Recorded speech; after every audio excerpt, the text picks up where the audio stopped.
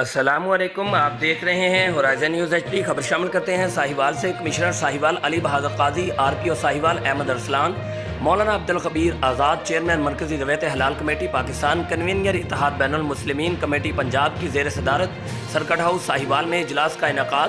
D P O Sahiwal Muhammad Kashif Aslam, S P investigation Pakpattan Ayesha Butt, D S P headquarter Azhar Gul اور Sahiwal division ضلع ساہیوال اوکاڑا اور پاک پتن کے مذہبی رہنماؤں اور مذہبی علماء نے شرکت کی۔